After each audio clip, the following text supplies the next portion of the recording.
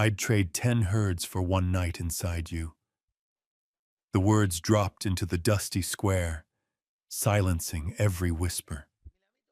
Clara, a black widow, pinned tight in the grip of Henry Dalton, was pulled free when James Carter, the wandering cowboy, tore Dalton's hand away and hurled into the heavy air a vow that stunned the whole town.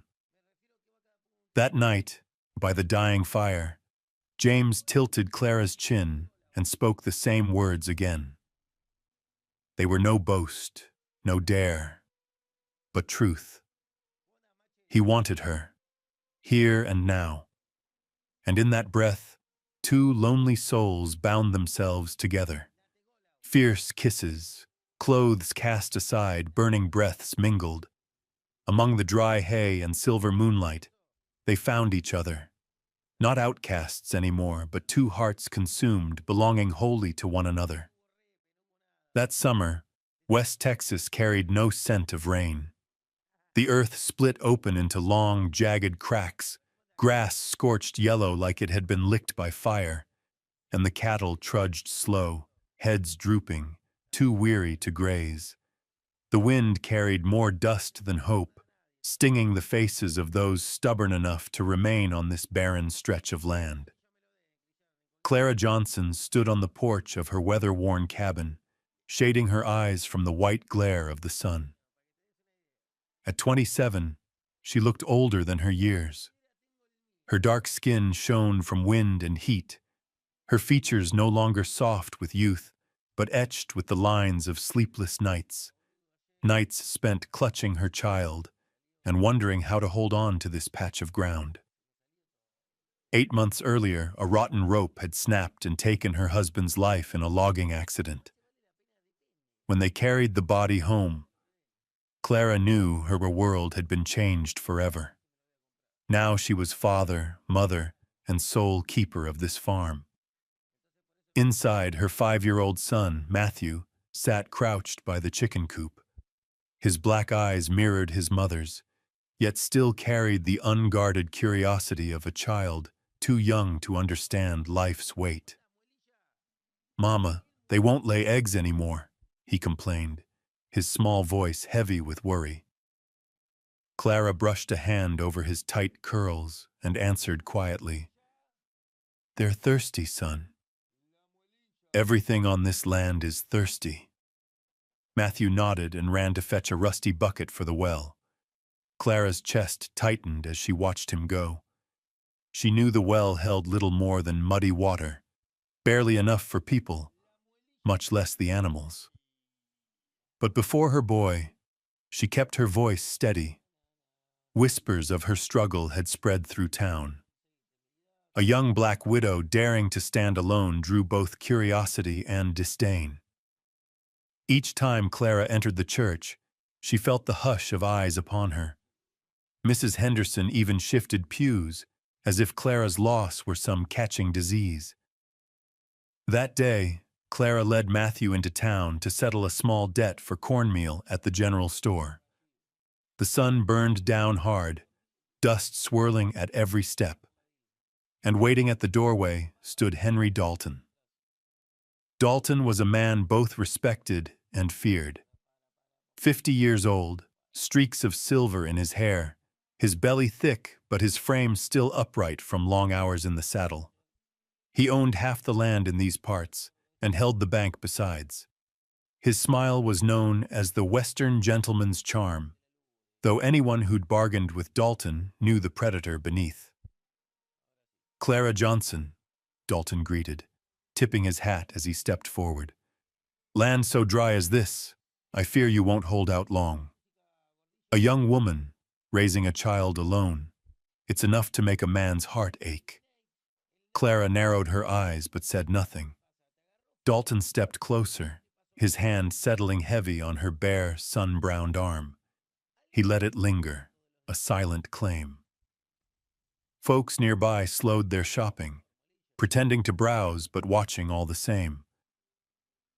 "I could shoulder that burden for you," Dalton said, voice slick as honey.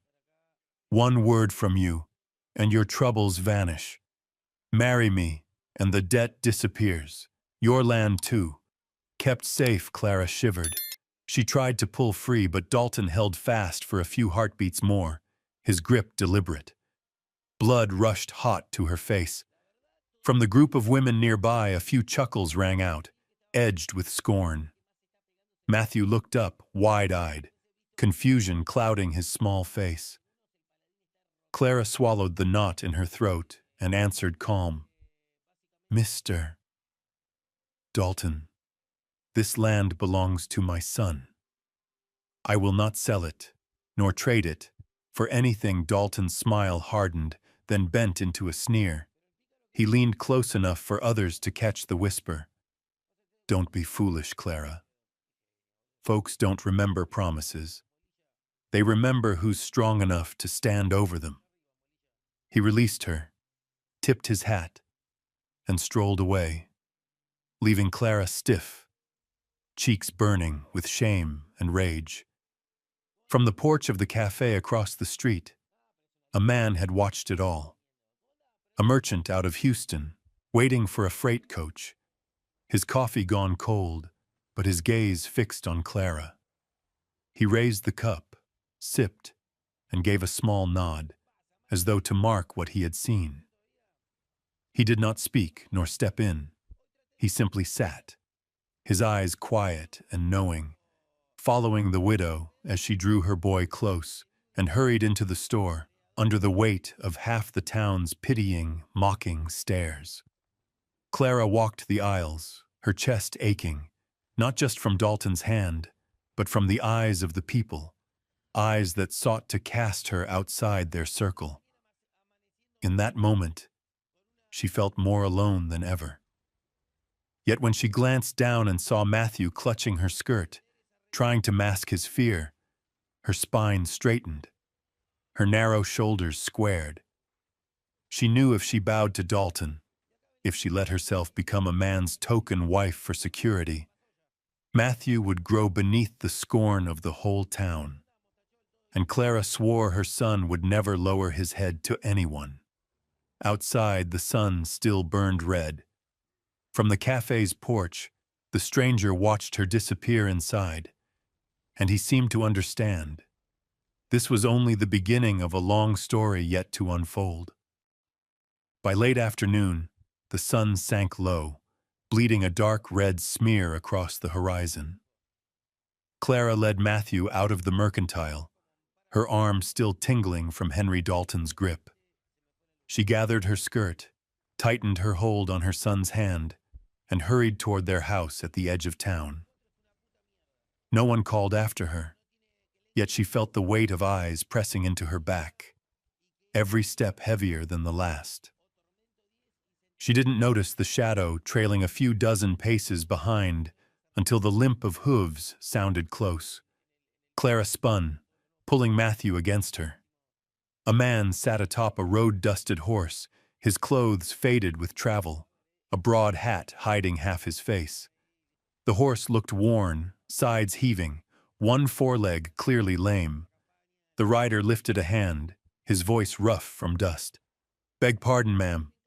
My horse has thrown a shoe. I heard there's a smith nearby. If I could borrow a few tools, I'd be grateful. Just a corner of your barn to bed down for the night." I can pay. Clara studied him, her gaze sharp. He looked every inch a drifter, skin browned by sun, shoulders free enough to cast long shadows. Yet his voice was steady, slow, with none of the slick urgency of men who wanted something more. Still, Clara thought of the whispers in town, the stares, the fact she was a black woman with only a boy at her side. "My barn's old and near falling in," she said firmly, masking the quiver in her chest. The man nodded and removed his hat, revealing a face weathered by wind, cut strong and serious. "James Carter," he said. "All I ask is shelter till morning. Long miles behind me. Both me and the horse are near spent." Matthew peeked from behind his mother's skirt, eyes wide. Clara let out a tight breath and gave the smallest nod. "Come then." Follow me." Their homestead rose out of the field, roof patched and fences splintered down to posts. Clara led James around back, pointing toward the sagging barn. "You can stay there. Tools are in the corner." James patted his horse's neck, murmured low to calm it, then inclined his head in thanks. Clara started to leave when Matthew tugged at her sleeve. "Mama," he whispered, "can he eat supper with us?" "He looks hungry," Clara hesitated. In the pantry lay only a handful of cornmeal, some shriveled potatoes, and strips of smoked pork tough as leather. Enough to stretch for her and the boy, nothing more. Yet one glance at the stranger's hollowed face and the gaunt horse, and she felt her resolve soften. "Tonight, Mr. Carter, you may join us," she said quietly. "It won't be much." In the cramped kitchen, a single oil lamp threw pale gold against rough-hewn walls. Clara set the table with 3 bowls. James sat opposite, shoulders bent, calloused hands laced together like a man afraid of imposing. Clara ladled thick corn mush, careful to serve him the larger share, keeping back for herself. James frowned. "Best keep the portion for your boy."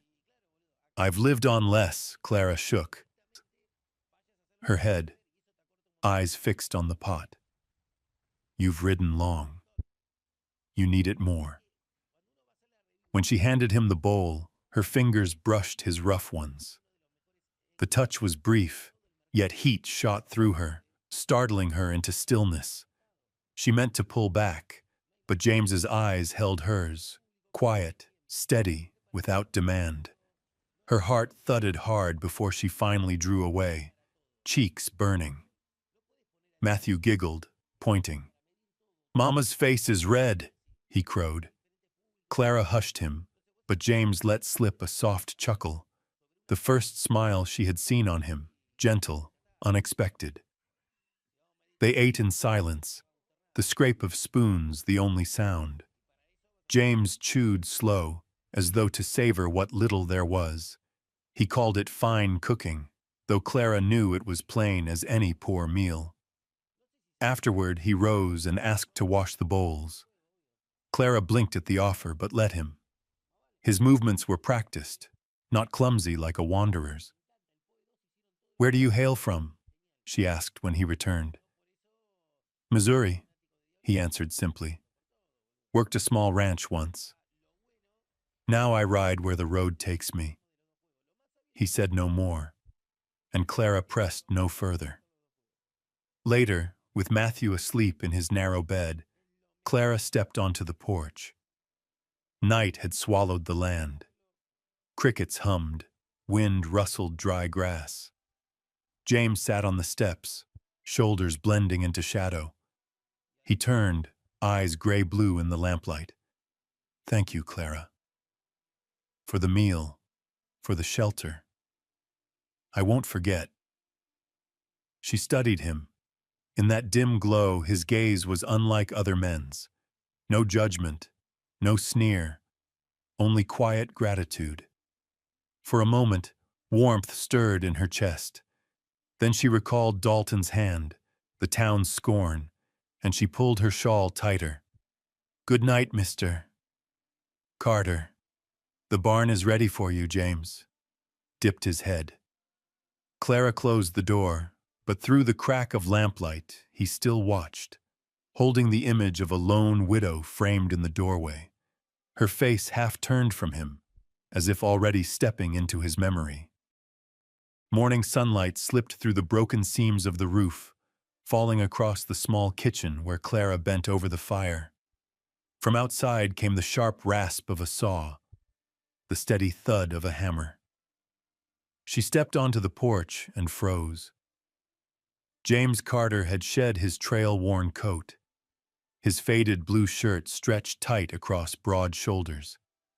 He was mending the chicken coop door, steady hand driving nails into the loose hinge. "What are you doing?" Clara asked, her voice sharper than she intended, as though bracing herself against surprise. James did not look up. His hammer struck firm, measured. This coup wouldn't last another windstorm. I thought, if I stayed a day or two, best leave something useful behind.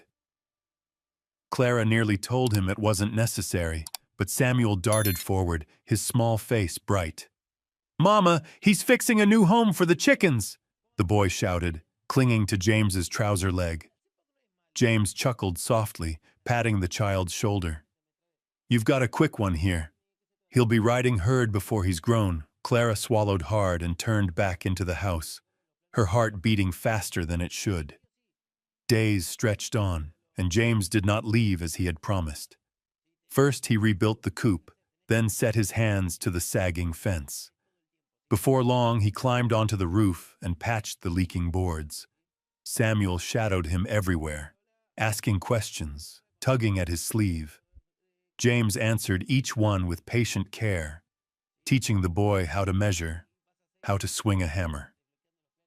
From a distance Clara watched, caught between caution and a strange rising warmth. Since Thomas's death, every hinge, every nail, every splintered board had fallen to her weary hands. Now she saw James bent to his work, sun glinting off hair fallen across his brow, Samuel laughing at his side, and the house no longer seemed so hollow. One afternoon, James was high on the roof, fitting a fresh plank into place. Clara steadied the ladder below, the wind whipping dust from the barren field. He set a nail, pressed his weight, and suddenly the board beneath him gave way. "Careful!" Clara cried. The plank snapped, and James tumbled, his body crashing down square onto hers. They fell into the dry grass. He caught himself with one arm, sparing her the weight, but their faces were only inches apart. His breath, hot from the fall, brushed her cheek. Clara lay stunned. James's gray-blue eyes held hers, steady and unflinching. A loose curl slipped across her face and his rough hand lifted gently, brushing it aside. The touch was feather-light, yet her heart pounded as though struck. Neither spoke. Only the beat of hearts, the hiss of wind through brittle grass, and the silence thick, burning, impossible to ignore. "Mama!" Samuel's clear voice rang from the doorway. James sprang back, rising to his feet. Clara pushed herself upright, her cheeks aflame. Samuel rushed over, holding up a broken wooden horse. "Uncle James, you promised to fix this for me." No word passed between the two adults about what had just transpired. James accepted the toy with a quiet nod, as if nothing had happened.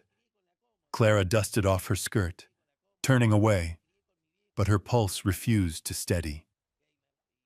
That night, after Samuel had drifted into sleep, Clara sat motionless by the fire.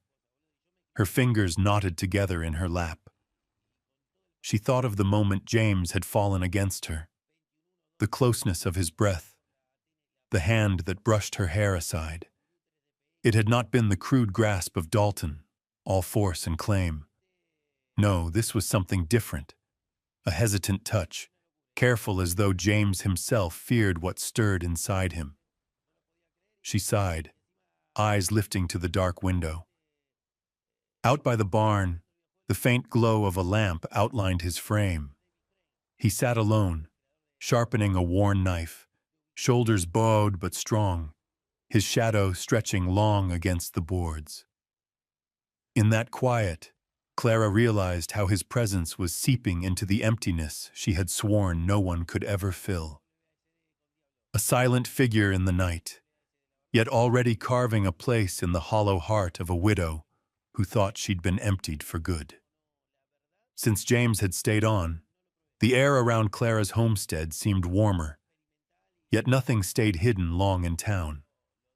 Rumors spread swift as fire across dry brush. At church that Sunday, Clara led Matthew through the doors. Mrs. Henderson turned her back, whispering to those beside her. A black widow living with some drifter cowboy. Shame on this whole community. Her voice was pitched just loud enough for Clara to hear. After the service, Reverend Williams drew Clara aside. His tone was soft, but every word carried a blade. Miss Johnson, I know your burden is heavy, but reputation is everything. Folks are talking. A woman letting a man sleep under her roof. It's a hard thing to explain. Clara pressed her lips together. She was no stranger to scorn, but this time it cut deeper. The gossip wasn't just aimed at her. It reached toward Matthew, toward the future she fought to protect for him. That afternoon, the marketplace bustled with trade, the air thick with dust, sweat, and horses. Clara carried eggs and a few withered potatoes, hoping to barter for cornmeal. From the moment she stepped into the crowd, she felt eyes on her, some staring bold, others snickering behind hands. Then Henry Dalton appeared, neat clothes gleaming among threadbare shirts. He strode straight to her, a smile half sneer, half charm. Clara Johnson, he boomed, I hear you turned down my offer to buy your land. I thought it was pride, but no, it's that ragged cowboy you're clinging to. Foolish woman. Laughter rippled through the crowd.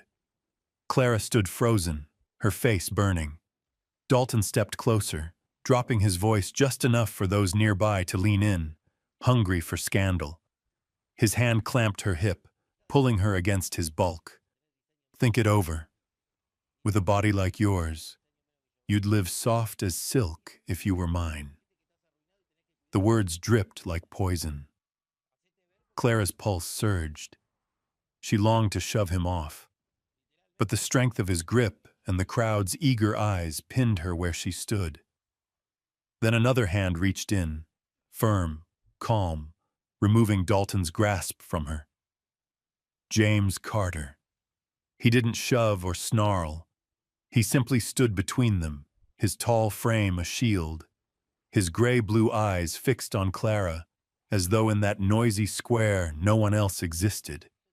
His voice came slow and clear. I'd trade 10 herds for one night inside you. No bluster, no show, just plain words, spoken steady, slicing through Dalton's mockery. The crowd gasped.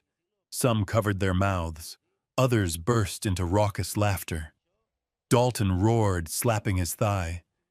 Hear that, folks? This dust-worn drifter says he'd swap 10 herds just to crawl in bed with a black widow. Bragging fool, not worth the boots he stands in. Laughter swelled again, pounding Clara like waves. Yet James never looked at Dalton. His gaze never left hers. Calm, unashamed, as if he meant every syllable and wanted the whole world to know. Clara's heart stuttered. Shame still clawed at her, but beneath it something sparked. An ember long buried. The fire of being seen, being desired, not as property, not as leverage, but as the only woman in a man's eyes. Dalton waved his hand, triumphant. Prove it, Carter. Around here, no one takes the word of a pauper. At last James turned his head. His voice was low, steady as an oath. In a week's time, I'll show you all. The crowd hushed, curiosity edging out their jeers. Dalton's smile faltered into a tight sneer.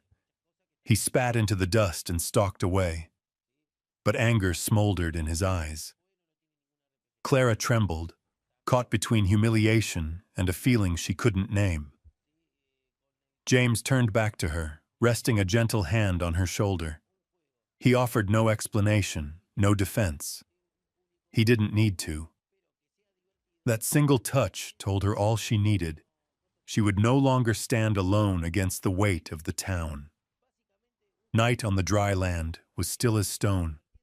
Only the slow shuffle of cattle and the low rumble of their throats broke the silence, drifting into the vast emptiness. Clara walked beside James, each of them leading a horse, their shadows stretched long under the pale crescent moon. The air carried the sharp chill of dust and the faint burnt tang of grass scorched in the day's sun. They guided the herd into a shallow draw where the wind cut softer. James gathered dead branches, kindling a small blaze. The fire climbed slow, crackling sparks into the night. Its glow lit his gray eyes so that they seemed to mirror the whole sweep of stars above. Clara sat with her knees drawn to her chest, trying to keep her distance, yet her gaze trailed after his every movement. James set his hat aside, sat silent for a long spell, listening to the fire pop. Then his voice came, low and even. Once I had a home of my own, a small ranch in Missouri. My wife's name was Emily. Clara stiffened, surprised he had chosen to share. James kept his eyes on the flames. She died in the fever. I'd ridden out for medicine, but by the time I returned, it was too late. That house, after that day, it held nothing but silence. I couldn't bear it. I sold everything and left. These 5 years I've done nothing but drift from one range to the next. No place to call home. Clara's hands tightened around her knees. His story struck deep, summoning her own memory of that day Thomas was crushed beneath a falling tree. In one breath she had been a wife, in the next a widow. Once protected, she was now the sole strength behind a failing patch of land and a child. His emptiness met hers, twining into an invisible thread between them. After a long pause, she spoke, her voice unsteady but firm. And this morning, why did you say what you did? You didn't have to defy Dalton for me. If you can't keep the promise you made in front of them, it'll be your shame to bear. I've carried enough of that on my own. James turned toward her, his eyes bright with firelight. He reached out and wrapped her clenched hand in his own. His palm was rough, his grip warm and sure. Clara, you needn't fear. I'll keep my word. If my words unsettled you, I'm sorry. But when I saw him put his hands on you, mocking you before the whole town, I couldn't stand it. Her cheeks flamed and she bowed her head, yet she did not pull her hand away. Heat surged through her chest, too strong to name, too strong to escape. James leaned nearer, his calloused finger tipping her chin. He lifted her gaze into his. Firelight burned in his eyes, fierce yet gentle. The closeness of him filled her with trembling, every breath of his mingling with hers. She wanted to turn aside, but couldn't. In his eyes she found not pity, not charity, but desire, a hunger that was bound up with respect. The moment stretched, fragile and endless. Then a cow bawled somewhere down the draw, shattering the spell. Clara startled, retreating. Her hand slipped free, her cheeks hot as embers. James said nothing. He only smiled, faint but knowing, as if he understood that a thin boundary between them had been shaken. Clara lowered her face, hiding the turmoil, but inside she knew nothing could return to what it had been. That night, curled beside Matthew beneath a threadbare quilt, Clara could not sleep. Every time her eyes closed, she saw James by the fire, the hand lifting her chin, the eyes burning and tender all at once. Her heart thrashed against her ribs. For the first time since Thomas's death, her dream held no shadow of loss. Instead, she dreamed of winter-gray eyes, steady as clouds, watching her in silence. The fire had burned low, leaving only glowing embers, thin smoke curling upward and vanishing into the night. The silence was so deep, Clara could hear the thunder of her own heartbeat, each pulse pounding as if it might split her chest apart. James's rough hand still held her chin, holding her gaze steady. In those storm-gray eyes, she saw herself reflected, fragile, burning, alive. His finger brushed across her lips, a touch as light as a question. Clara trembled, breath quickening, yet she did not turn away. His voice came hoarse, thick with restraint. That line I spoke this morning. I'd trade 10 herds for one night inside you. Clara, it wasn't bluster. It was truth. From the first moment I saw you, standing alone against the whole world, I wanted you. Clara bit her lip. Tears rising though none fell. Her own whisper broke, caught on the edge of pain and longing. I've carried this weight too long. Every night cold, every day filled with scornful looks, with hands that grab, with words meant to shame. James, I am so tired of living like a shadow. Just once, I want to be a woman again, to belong to someone, truly. Her confession snapped the last thread of his restraint. James bent, his mouth finding hers, tentative at first, then fierce as fire fanned by wind. Clara yielded, her body melting into his, arms trembling as they wrapped around his back, clinging as though he might vanish. He lowered her to the bed of hay, the moon spilling silver across the heat of their bodies. His lips traced along her jaw, down her throat, each kiss heavy with years of buried hunger.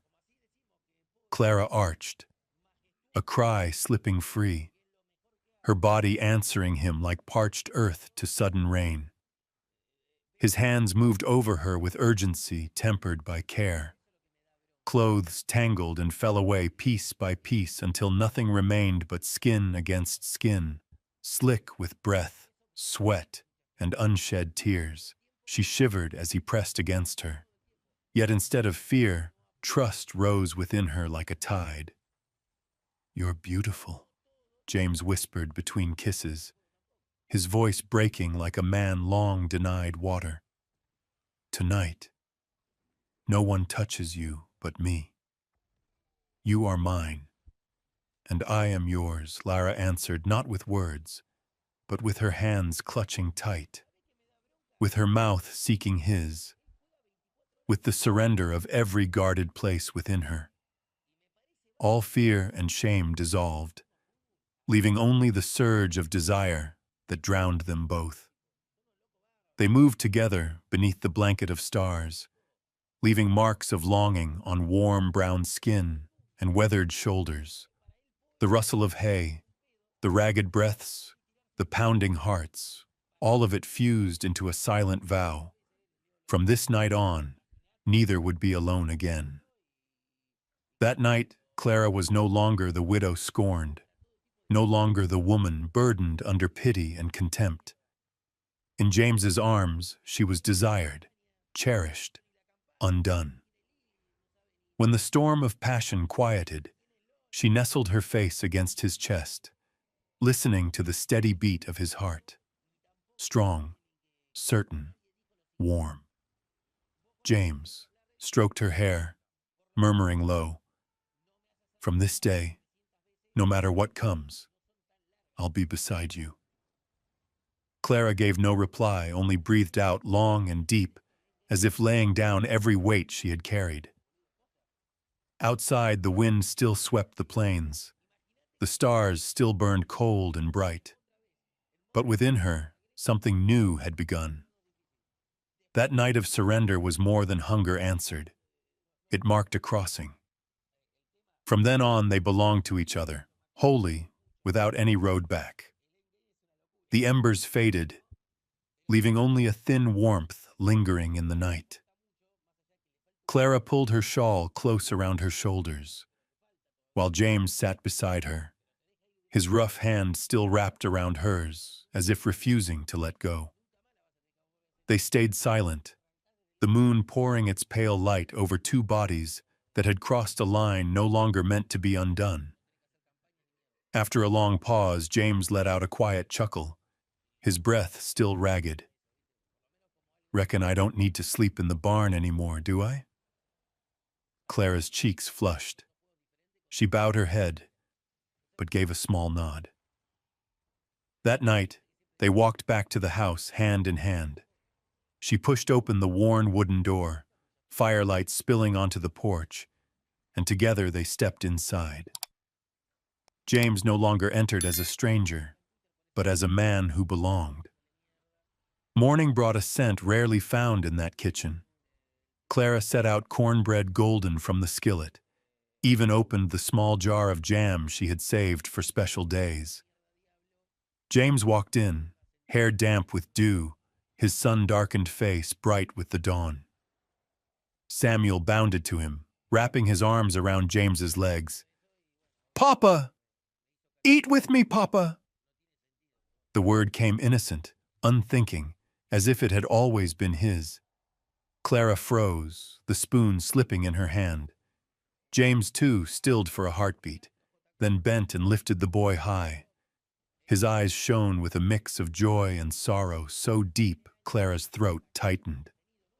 "Papa will eat with you," he said softly, his voice so warm it filled the room.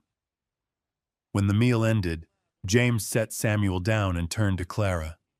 His gaze had grown firm, carrying the weight of decision.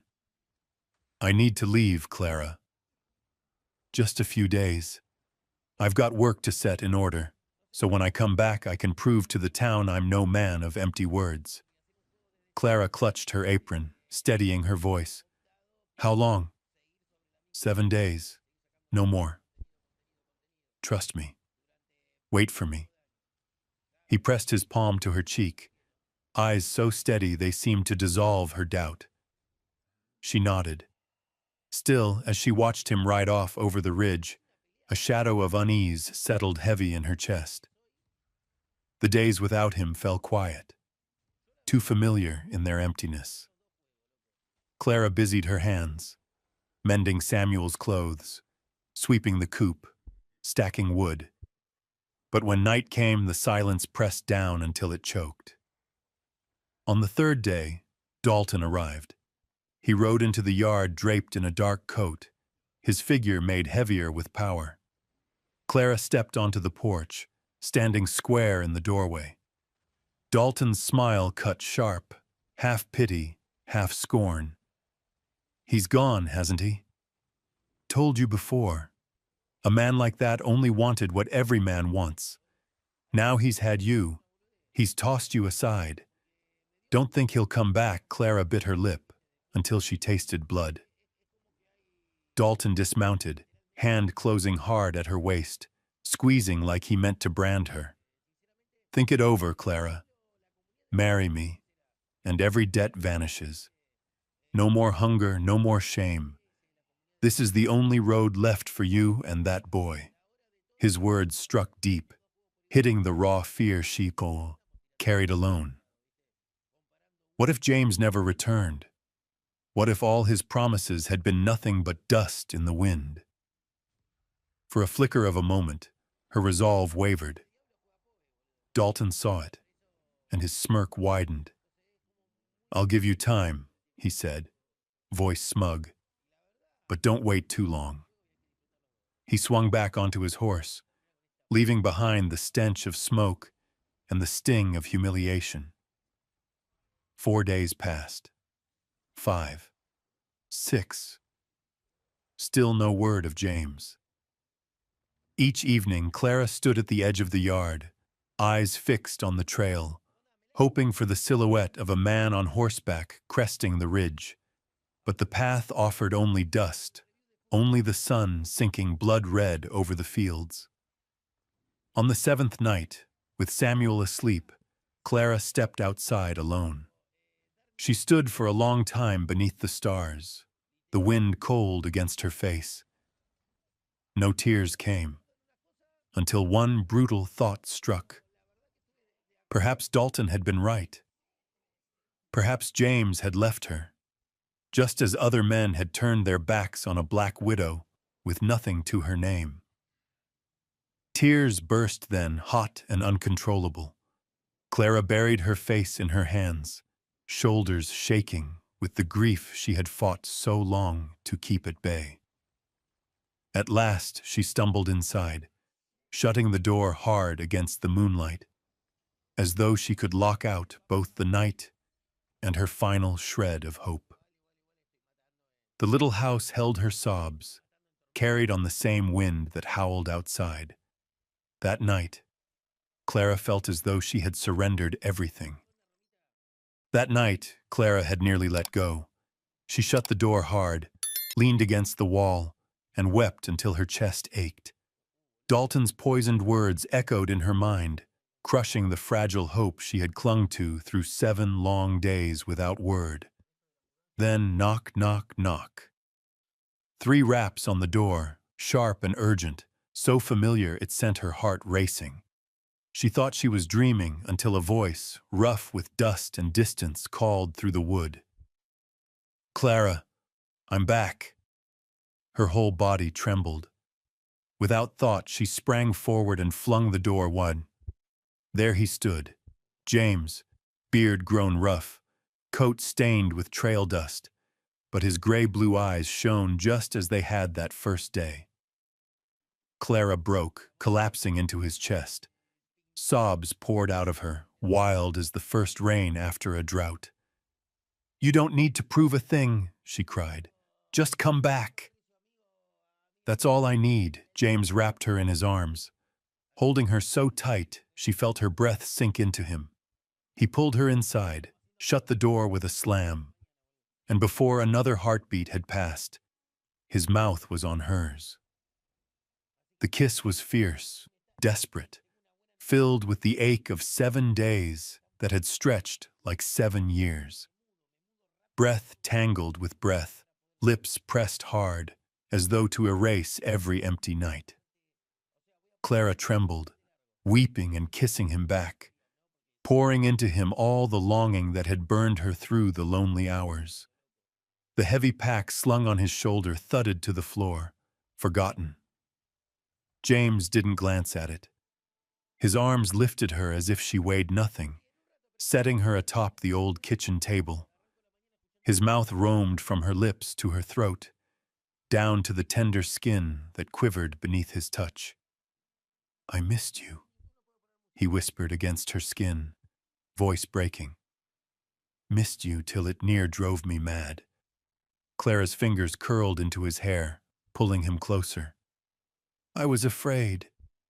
Every night. Afraid you wouldn't come back." James paused, lifting his head, eyes locking with hers. They gleamed with unshed tears, with sorrow and fire alike. His calloused hand cupped her cheek.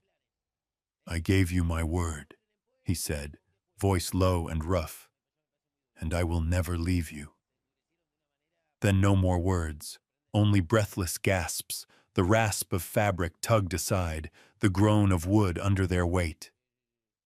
Hunger rose between them like wildfire, burning away fear, shame, and loneliness. Clara yielded to his embrace, her body moving with his, each kiss and touch a promise renewed. The room filled with the sounds of them, the creak of boards, the rustle of skin against skin, the wild thrum of 2 hearts bound fast. Nothing else remained.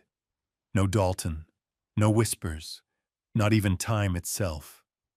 Only the blaze they carried together. Outside, wind whistled through cracks in the shutters. Inside, the warmth of their bodies spread through the small house, driving winter away. When at last the storm gentled, James lifted her face again. His thumb brushed the dampness from her cheek. his eyes alight with both fire and peace. "I came back," he murmured, "just as I promised." Clara smiled through her tears, clinging to him as if she might never let go. In that moment, she knew her heart had found its home, the arms of James Carter, where it had always belonged. Dawn broke, pale and quiet, but Clara's heart was still racing from the storm of the night before. James took her hand, his grip steady, grounding. Samuel skipped beside them, clutching the hem of his mother's dress with his small fingers. Together the three walked the dirt path into town. Something was different. Even from a distance, Clara saw a crowd gathered in the square, their voices rising like restless waves. There they are, the Black Widow and the Drifter, nothing but a passing shame. Wait till Dalton handles this. Clara slowed, her stomach twisting. Each stare pierced like a needle into her skin. But James's grip tightened, his calloused hand firm, lending her a strange strength she hadn't known she possessed. At the center of the square stood Henry Dalton. He was dressed sharp, black suit polished, boots gleaming, flanked by Reverend Williams and a banker in a stiff collar. It was all staged, authority lined up to crush her in plain sight. Dalton raised his voice so every ear could hear. "Here, people, is the disgrace I warned you of. A Black Widow shaming herself with some nameless drifter. Is this what we want for the land our fathers built? Tell me, who among you finds this fit?" The murmurs swelled. Some averted their eyes, uneasy, but more nodded, muttering agreement. Clara's chest tightened, her hands gone cold. Before she could shrink back, James stepped forward. He lifted Clara's hand high, his grip unyielding. The gesture stunned the crowd into silence. Men and women alike stared, unbelieving, a man openly holding the hand of a Black Widow in front of them all. James's voice rang out, not loud, but steady, each word cutting clear. "You doubt me. You insult her, but today I prove myself." He dropped a heavy sack onto the merchant's table. The sound of metal striking wood rang sharp. When he loosened the drawstring, gold coins spilled into the morning sun, gleaming brighter than anyone there had ever seen. The crowd gasped, the hush broken into a roar. Faces leaned forward, eyes wide, mouths parted in disbelief. James turned to Clara then, his eyes soft, stripped of all pretense. His voice faltered with feeling. "As I promised, Clara, today I ask you, before all of them, be my wife." Clara's breath caught. The world seemed to blur. All the doubt, all the nights fearing he'd never return, broke apart. Tears welled and fell freely down her cheeks. Samuel clutched her leg and whispered up to her, "Mama, don't cry. I don't want you to cry anymore." A ripple of laughter ran through the crowd, but this time it was not cruel. For the first time, Clara saw something new in their eyes. Astonishment, even a glimmer of respect. James faced them again, his voice carrying firm and sure. "You know me as a wanderer, but my name is James Carter. I am the only son of the Carter family, owners of 3,000 acres in the East. I left it behind to find my own road, and, on that road, I found what mattered more than land or gold. I found Clara Johnson and her boy." The square erupted in shock. Murmurs tumbled over one another, disbelief giving way to awe. Faces that once turned from Clara now stared wide-eyed, no longer filled with scorn, but with curiosity, even reverence. Clara's hand flew to her mouth. She trembled, unable to take in what she was hearing. All the sneers, the whispers, the shame, swept away by the truth of the man who had stood by her side. Dalton's face blanched, his smugness stripped, his jaw tightened, his voice cracked with rage. Lies! All of it lies! You think you can fool this town with a sack of gold? But no one listened. Their attention had turned, their whispers now circling James Carter, the drifter revealed as heir to wealth and legacy. Clara collapsed onto a nearby bench, clutching Samuel, tears streaming in pure relief. James knelt, lifting her chin with gentle fingers, his eyes locking into hers. "I came back, Clara," he whispered, "and I'll never leave again." Dalton couldn't bear another moment. He spun on his heel, mounted his horse, and rode hard out of the square, the thunder of hooves trailing his fury. The townsfolk lingered, their voices buzzing, but not in scorn. No one spoke of the Black Widow anymore. All eyes were fixed on the couple standing hand in hand, quiet yet unshaken, bathed in the golden light of the morning sun. The little wooden house, once heavy with gloom, now seemed filled with light. The day James laid a sack of gold on the banker's desk and paid off every debt, Clara felt the weight she had carried for years fall away like a stone from her chest. For the first time since Thomas's death, she could breathe, deep and full, without fear of what tomorrow might bring. Dalton had nothing left to cling to. The papers he had used to bind her were torn to shreds before his very eyes, the numbers that had haunted her vanishing into scraps of worthless ash. Clara sat trembling in her chair, hardly believing. Only when James reached for her hand, pressing her trembling fingers into his broad palm, did she know the freedom was real. Spring returned to the land. The once cracked fields greened again.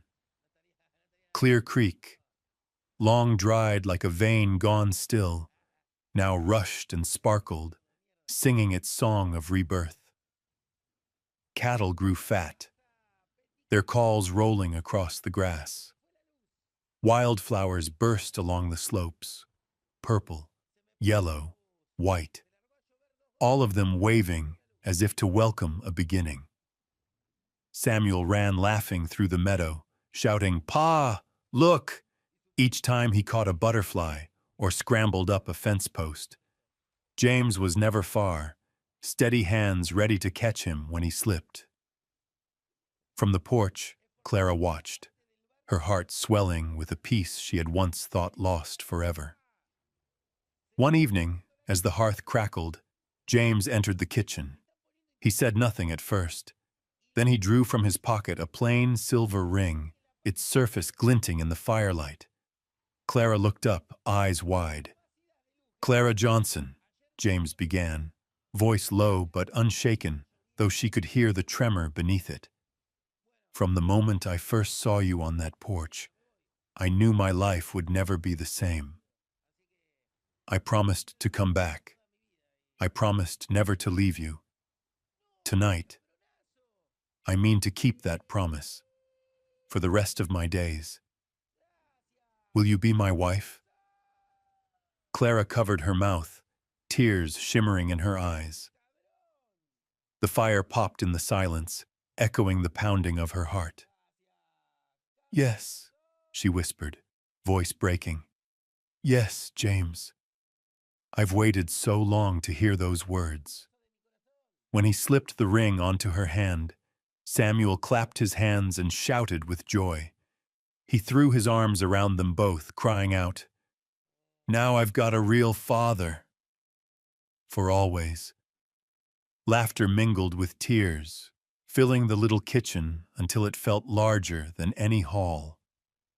The wedding was simple, stripped of grandeur, yet to Clara it was the most beautiful day she had ever lived. Neighbors who had once whispered now came gladly. Henrik Johansson brought a bouquet of wildflowers from the edge of the woods. Mary Patterson gifted her a lace kerchief, passed through 3 generations of women. Samuel wore the best clothes his mother had stitched. He took his role seriously, holding the ring with solemn care, though his grin was wide enough to light the room. In the small chapel, spring sunlight streamed through the windows, casting Clara's modest white veil in gold. James stood waiting, clean shirt, hair combed back, eyes never leaving her. When the minister asked, "Do you take?" Clara's answer came quick, her voice quivering but bold. "No more fear." From this day, together James smiled and sealed her words with a kiss. Applause burst through the chapel, and Samuel shouted, "They're my mama and papa now!" The laughter that followed shook the rafters. That night, when the last guest had gone, they sat on the porch beneath a sky bright with spring stars. Clara leaned into James's shoulder, Samuel asleep in his arms. She closed her eyes and whispered, "I walked through the dark, James. But you brought me into the light. We have nothing left to fear." Kissed her hair, voice firm, quiet. "Yes, from now on, together, always and under the calm night." Their vow was written not in paper or scripture, but deep into the very chambers of their hearts. The spring wind swept across the rolling hills, carrying with it the scent of new grass and the damp earth left behind by rain. Clara's small ranch, once weighed down by hardship, now breathed with fresh life. Yet James knew a truth that lay heavy on his heart. This place was too small, too fragile, to shelter a family that was finally beginning to grow. One afternoon, while Samuel chased butterflies in the yard, James sat with Clara on the porch. The sunlight fell across her hair, setting her dark eyes aglow like embers in a hearth. He hesitated, then reached for her work-worn hand, folding it inside his own. "Clara," he began slowly, "do you remember what I told you about Carter Ranch, back east? Land so wide you could ride a horse all day and still not see the end. That's my home, and I want it to be yours, and Samuel's too." Clara startled, her fingers trembling in his grasp. "You mean, you want us to leave this place?" James met her eyes, steady yet tender. "I don't want you to give anything up. But this ranch, it's carried debt, drought, and soil too poor to promise a future. Carter Ranch has water, green pastures, a house big enough for Samuel to have his own room. I don't want you and your boy just to survive. I want you to live the life you deserve." Clara fell silent. The wind tugged at her dark skirt, rustling the hem. Inside her warred 2 truths: the love she bore for this land, bound to the memory of Thomas, and the deep yearning to begin anew under James's steady care. "James," she whispered, eyes wet, "this is the last piece of Thomas I have. I swore I'd keep it for Samuel. If I walk away, would that not betray my vow?" James tightened his hold, his face lined with resolve and love. "No, Clara. You've kept your vow.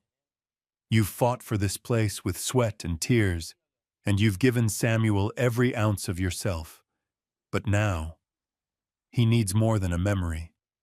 He needs a home alive with promise. And you need rest and the arms of someone who loves you." Clara turned her face aside, blinking back tears. Fear and relief rose together in her chest, a storm she had never known before. Since James entered her life, the wounds she thought could never heal had been mended by his patience and his quiet strength. Just then Samuel bounded over, holding a yellow butterfly caught by the wind. "Mama, Papa, look, I got it!" The boy called James Papa without pause, as natural as if it had always been so. Clara's heart softened. She saw clearly that Samuel already claimed James as his own. Perhaps she had as well. James ruffled the boy's hair, then turned back to Clara, his voice low but steady. "Will you let me take you both home? To Carter Ranch. A place where we can begin again." Clara did not answer at once. She looked out at the field, ground where she had buried her sweat, her tears, and her past. Then she turned to the man beside her, to the gray-blue eyes that had never failed her, eyes that had stood against mockery, that had shielded her when she was most afraid, that had held her through the longest nights. A long breath escaped her chest. She nodded, her voice trembling. "Yes, if that is the place you call home, then it will be ours as well." James gripped her hand hard, his smile breaking through the weathered lines of his face. Samuel jumped and shouted, not knowing all that had just been decided, but catching the joy that poured across the porch. And Clara knew then, this was no surrender. It was renewal. The ranch she left behind would remain in memory, but the future, the true life waiting for all three of them, was at Carter Ranch, where spring never ends. The Texas sky that morning was a clear, endless blue, not a single cloud drifting across it. The wind swept in from the prairie, sweet with the scent of young grass and wildflowers just coming into bloom. Carter Ranch, once only a story in James's telling, now stretched before Clara like a dream brought to life. Straight wooden fences cut across fields that seemed to roll on forever. Herds of horses ran free over the lush pastures, and the great wooden house stood tall in the valley, its red roof blazing bright beneath the sun. Clara stood still on the porch, fingers clutching the lace kerchief Mary Patterson had pressed into her hand the day she left her old town behind. Once she had been the despised Black Widow, whispered about and shunned. Now she was about to walk into her own wedding, here, on this fertile land, among those who truly wished them well. James came up behind her, his hand resting lightly on her shoulder. "Are you ready, Clara?" His voice carried that steady warmth only she had ever known. Clara smiled through tears. "I've never been more ready for anything in my life." The guests were few, but each one mattered. Henrik Johansson and his family had traveled far, bringing a basket of fresh bread and a jug of cider sweet as honey. Mary Patterson had sent a hand-woven garland of wildflowers, placed now upon the table. Neighbors from the valley, who held James in high regard, had gathered to witness. Samuel darted through the crowd in his new clothes, his little face glowing with pride. "Today my mama and papa are getting married," he declared to anyone who would listen. His laughter rang across the yard, pulling smiles from every face. Beneath a birch bower strung with wildflowers, the old minister who had served generations of Carters stood waiting. When Clara stepped forward in her simple cream-colored dress, the murmurs fell silent. She needed no finery. Her eyes shone bright, her shoulders lifted with pride, and James knew he had never seen beauty so real. He took her hand and held it tight as they stood before the minister. His voice shook at first, but his eyes never wavered. "Clara Johnson, from the day you came into my life, I knew every scar of the past had found its healer. I promised to love you through drought and rain, through barren plains and green fields. I promise to protect you and Samuel until my very last breath." Tears spilled freely down Clara's face, but her lips curved in a smile as she answered. "James Carter, you did not just rescue me. You showed me what it means to be seen, to be loved. I promise to walk beside you through every storm, to build a home where Samuel grows in love, and where we can grow old in peace." The minister nodded, voice echoing with solemn joy. "Then before God, before the sky and the earth, and all gathered here, I declare you husband and wife. Seal your vows with a kiss." James bent, pressing his lips to hers. The kiss was tender, steady, yet strong enough to carry all the years they had lost. Applause burst across the chapel yard, Samuel leaping up and shouting, "Mama and Papa! Mama and Papa!" until the crowd broke into laughter. After the vows, they gathered at long tables beneath the open sky. The fiddle sang bright, children chased each other across the grass, men lifted mugs of cider in toast. Clara sat at the center of it all, hardly able to believe this joy belonged to her. Beside her was James, steady and smiling, and before her was Samuel, cheeks flushed from play. Around them, familiar faces glowed with kindness. As the sun sank low, the prairie turned gold, then crimson. James drew Clara away from the laughter, up a small rise overlooking the land. The horizon stretched wide and endless before them. "Do you have any regrets?" he asked quietly. Clara leaned into his shoulder. "None. Only this, I wish I'd known such a day would come. I might have been less afraid in all those dark years." James kissed her hair, his voice a vow renewed. "There's no need for fear anymore. We have each other now. Carter Ranch will be the place Samuel grows free, proud of the family he comes from." Beneath the rising stars, they stood together, the night carrying the first chapter of a new beginning.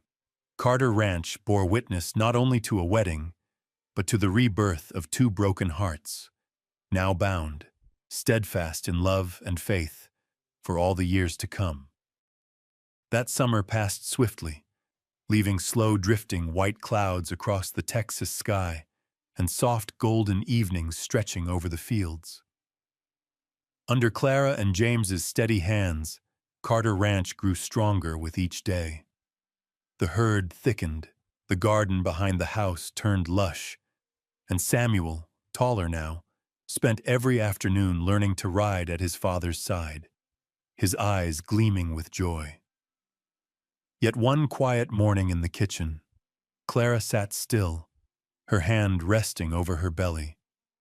She already knew a small life had begun, hidden and fragile as a spring beneath the earth. Each time she thought of it, emotion rose so sharp it brought tears to her eyes. She did not rush to tell James. Instead, she watched him in the everyday moments, showing Samuel how to knot a rope, stacking bales of hay into the barn, or polishing the strings of his old guitar on the porch. His figure, weathered yet steadfast, filled her heart with such peace she sometimes wanted to cry from sheer happiness. One evening, with the sun burning red behind the ridges, Clara drew James to the bench on the porch. Samuel had already fallen asleep after a day of running. She placed his hand gently upon her stomach. James frowned at first, puzzled. Then his eyes widened with wonder. "Clara, is it true?" She nodded, tears spilling freely. "Yes. Our home will soon have another little angel." James went still, then pulled her tight against him, burying his face in her hair. His shoulders trembled, and Clara knew those were tears of joy. When he lifted his head, his voice came rough with emotion. I already have a family. Now God grants me this miracle too. Clara, I swear, I'll protect you and this child with all I am." The news quickly became a beacon of light across the ranch. When Clara told Samuel he would be a brother, the boy shouted for joy, racing through the yard. "I'll teach the baby to ride. I'll share my toys." He pressed his little face against his mother's belly, whispering as though the child could already hear him. From then on, James guarded Clara with tender vigilance. He took on every heavy chore, leaving her only small tasks. Each night before sleep, he rested his broad hand on her belly, murmuring short stories as if speaking to the child inside. Watching him, Clara felt a deep gratitude stir within. Life had stolen much from her, but now it was giving back more than she had ever dared to hope. The birth came on a winter night. Wind howled outside. Snow lay thin over the eaves, but inside the cabin the hearth glowed hot. Clara, drenched in sweat, clutched James's hand until her knuckles whitened. Samuel waited outside the room, trembling with fear. Then the first cry split the night, a strong, ringing sound that seemed to chase the cold away. A baby girl, soft, brown-skinned with round, dark eyes, was laid in Clara's arms. Tears streamed down her cheeks as she whispered, "Welcome, little angel."